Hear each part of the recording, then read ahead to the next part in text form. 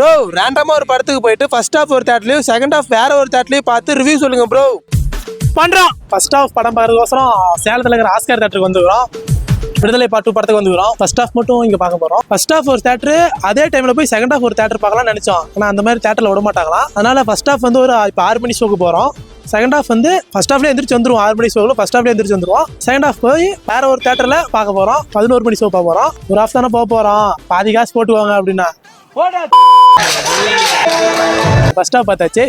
Second half பார்க்கறதுக்கு அந்த screen போவாங்க. எப்படியும் அங்கே போய் கொஞ்ச நேரம் வெயிட் பண்ணோம். கொஞ்ச நேரம் ரொம்ப நேரம் வெயிட் பண்ணோம். ஃபர்ஸ்ட் ஹாஃப்லேயே எந்திரிச்சு வந்துட்டோம். டைமும் வேஸ்ட்டு, காசும் வேஸ்ட்டு. படம் நல்லா போயிட்டு இருக்குது, விறுவிறுன்னு போயிட்டு இருக்குது. அதனால எந்திரிச்சு வர முடியல.